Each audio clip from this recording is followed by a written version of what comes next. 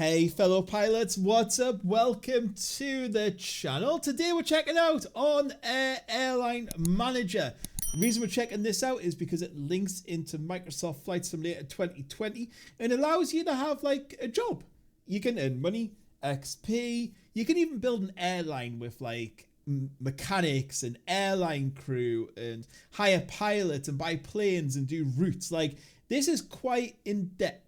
So as you can see, manage your own airline company in an online persistent world. There's your download and start free trial. You manage your company from multiple devices. I think you can even do it on mobile phone. It's got a persistent world, AI pilots, you run your own company, your flights are tracked and integrated. So even when you're doing things on Flight Simulator, this tracks your flight and lets you know what you've been doing. This is not free. And this is the first, is this for everyone question. The price point might put you off a little bit. Now, what is the price point? Well, per month, it's €9. If you didn't, for the American guys out there, you're probably like, what the hell is that symbol? That's a euro. So it's 9 and 8, 15 and 13. You can get 6 months for 21. You can get 12 months for 35 or 2 years for 57. If you want that into English money, so it's about £7.85 for the for the month. For the year, let's see, 57. So it's about 50 quid for 2 years. If you want to make that US dollars, I guess it's under there, it's $69 for 2 years, or about $11 per month. That's how much you're going to pay for this product. Now, what is this app? Well, let's bring this app across to the screen. Yay, here it is. It is a very nice looking app. It is easy to use. This is kind of your dashboard screen, so you can see your cash, your value, how many aircraft you've got, how many jobs you've completed, your forward base of operations, so you can kind of set up an FBO. There's your reputation and how many employees you have got. So you can see current cash is 480k. As you can imagine, in the world of planes, that's not going to get you too much, but it is starting to build up slowly. I'm renting some aeroplanes, so it is, you know, I've got outgoing at the moment. I do want to kind of buy some. At the top, you have my company. In here's the dashboard, as you can see. The live operations map will kind of show you where your aeroplanes are. So I currently have one of my pilots and an aeroplane over in HKNM, which is, what airport's that? Marceau. Well, it's more of a landing strip. There's not even an airport there. But what's really cool is once you click on it, you can see what the landing fees are. You can see the runway information. You can see what games it's available in. So you can see all the games in. Is the airport open? Obviously, if you land there outside of it being open, you will get extra charges. You can see anyone who kind of, like, you can see there's my employee, Michael Rika. So I can manage him from there. There's my aircraft that's there. So I've got a Cessna 28B Grand Caravan. Can you see how cool this app is, by the way? It's really cool, isn't it? You can go in and out.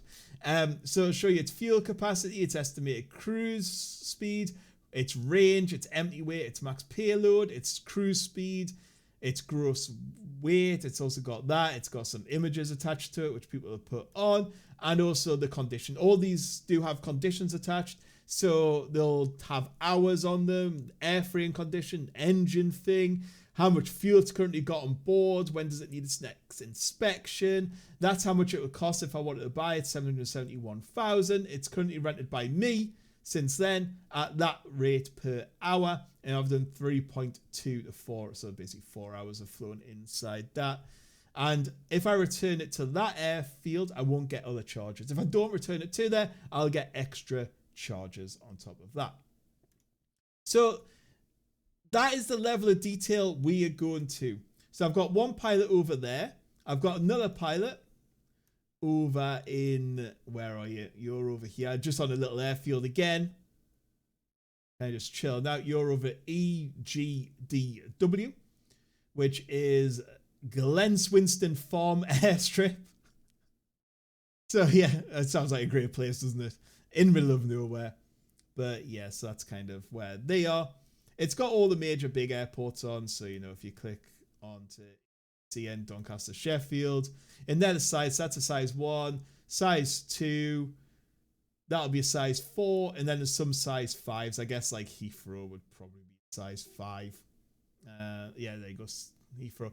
And that'll sort of dictate what sort of things they've got in them and the jobs that come from it and that sort of thing. So my company again, next thing is flight logs. So in here you can see all the logs, you can track the history, see what happens, so you can see engine on, airborne time. This is all taken from Microsoft Flight Simulator, and you can see if the AI flew it or did I fly it. So you can see the XP I got from each one there. Moving on, employees. So I have 3 employees, including myself. So you can see the flight hours. I've done 18 hours. You can see how much money they cost per week and per hour, and also its certification. So you do certify for different things. So if I click on me, you can see I'm currently certified in a single engine piston land and single engine turbo prop land. What you do to certify in one is you jump in an aeroplane, take it for a check flight. Once you've done the check flight, you will be certified in it.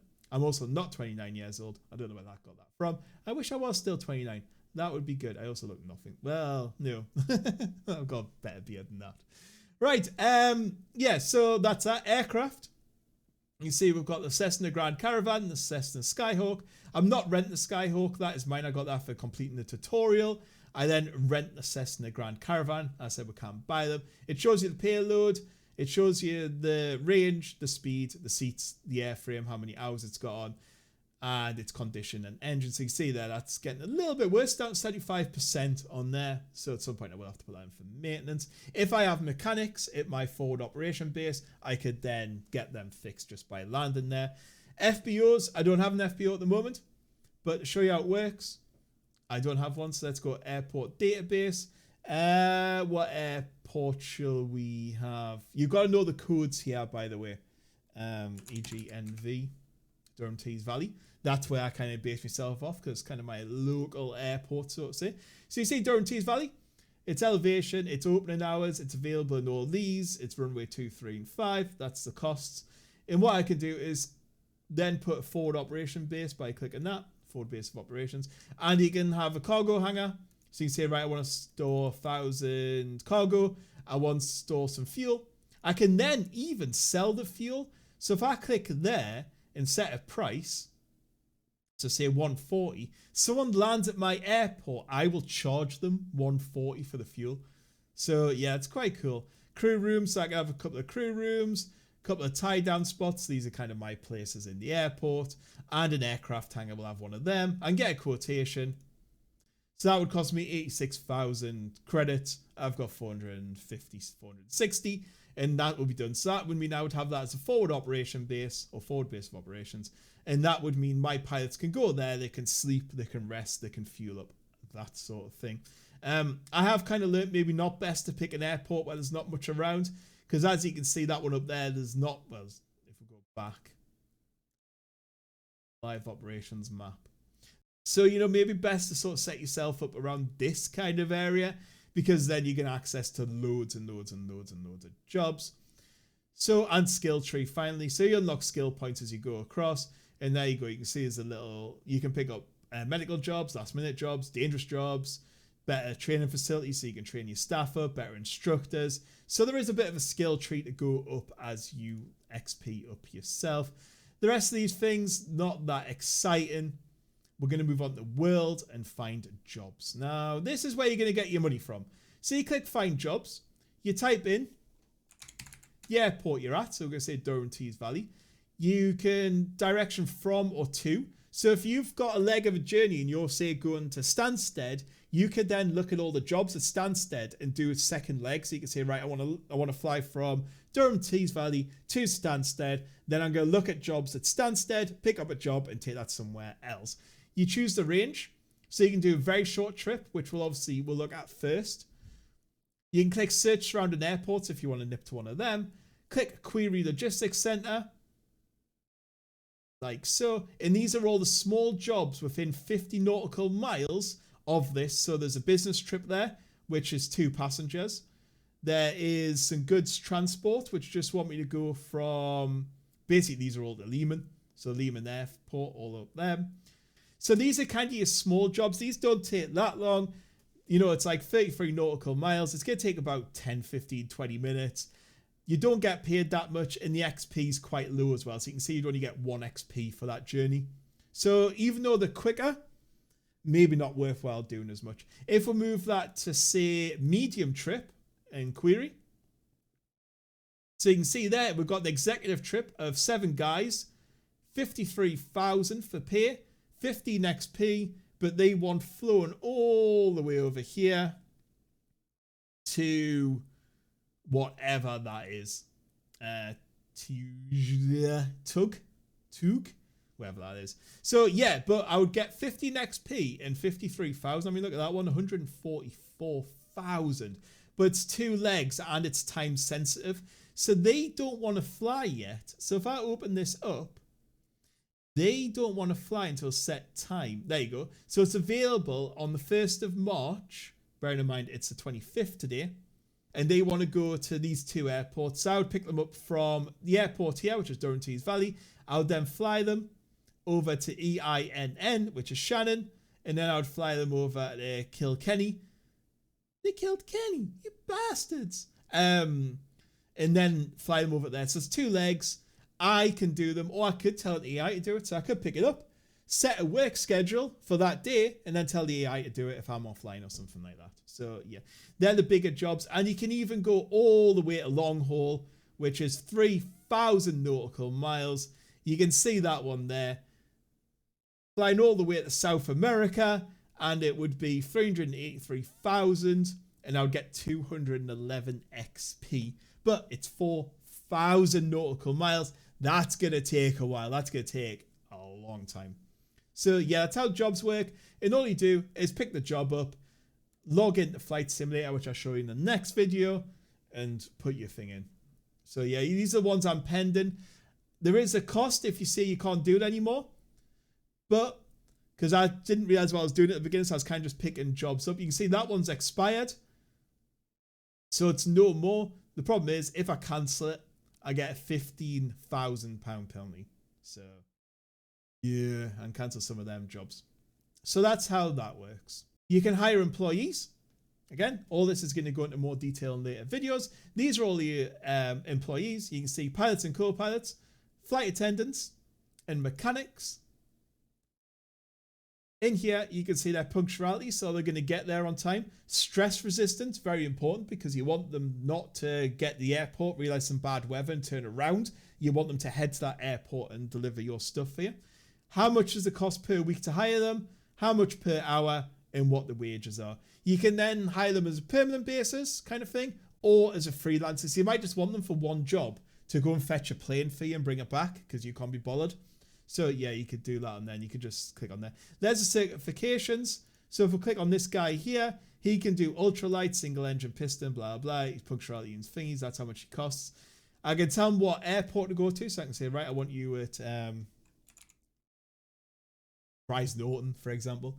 And then I can get him to go and sign the contract and head over there. You can't relocate your staff, and it takes sort of real time, so it will take a few hours to relocate them in the UK. It could take them a lot longer to relocate outside the UK. So that's that. Search generate aircraft is probably one of the most fun bits. Choosing the list. So I want to look at single engine piston land. No keyword. These are all the airplanes. It shows you from every single flight simulator. So we're going to just select up there and go to Microsoft Flight Sim, obviously. Like so. So there's all the ones from Microsoft Flight Simulator. Click on aeroplane. We'll go, I want to search beside EGNV. Search aircraft database.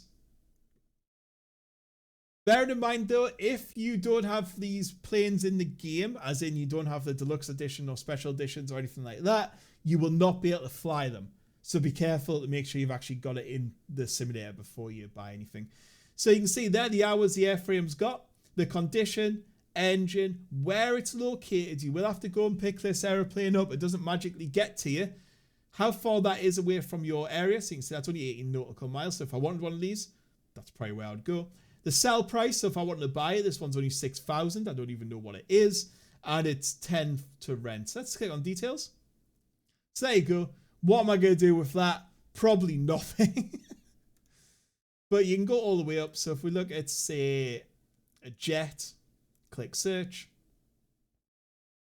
So we can even have a Boeing 737. How many of these are for sale? 47 million to buy one, or 71,000 to rent. And then if we click on details, there's no pictures here. That's boring, isn't it? But yeah, you can see all the stats. And then all we do is click buy or rent, and that aircraft is yours. You go and pick it up and fly it back to your forward operation base, or you can send one of your employees to go and get it. All the rest on here, there's not too much else. You know, you can look at airports, Fbos, that sort of thing. And finally, global settings. You can change some of the settings. UTC is how far behind or in front of UTC you are. I've put mine as 0. I think I'm 1 behind, but because it's so close, I'm not too fussed. But if you're American, you might want to set that at a different level because you don't want this game to run ahead. I also have on instant transport player, so if I fancy just moving around, I can just go do and move around on my own free will. I also have don't force time in sim. What this means, if you forward the game in flight sim, so say you're flying from point A to point B, and you're like, actually, I've got something else to do. I need to just fast forward the time in the game. Then when you land in here, it'll still be real time. So you can't do anything until that real time passes. And I'm like, oh, I can't be bothered with that. So yeah, don't force time in sim. And also I've got check ride difficulty. You can put that in real. So you'd have to do all the checks, or you just have one way. So a check flight is how you get certified, and you basically go up, do what the game tells you to do. You might have to hold a certain altitude, do this, move to that location, etc. And also I put myself as about a 20% pay bonus. So yeah, there's all the options you get. And as I said, you don't need anything on here. You can play this without Microsoft Flight Simulator. And that, guys, is On Air Company. So I hope you enjoyed this little overview, a basic overview of what On Air Company is. Next video, I'm going to go through how to integrate it within Microsoft Flight Simulator, choosing a job, setting it up, how it all works, and then we'll start looking at the more complex things in On Air. So I hope you enjoyed the video, and I'll catch you on the next one. Goodbye.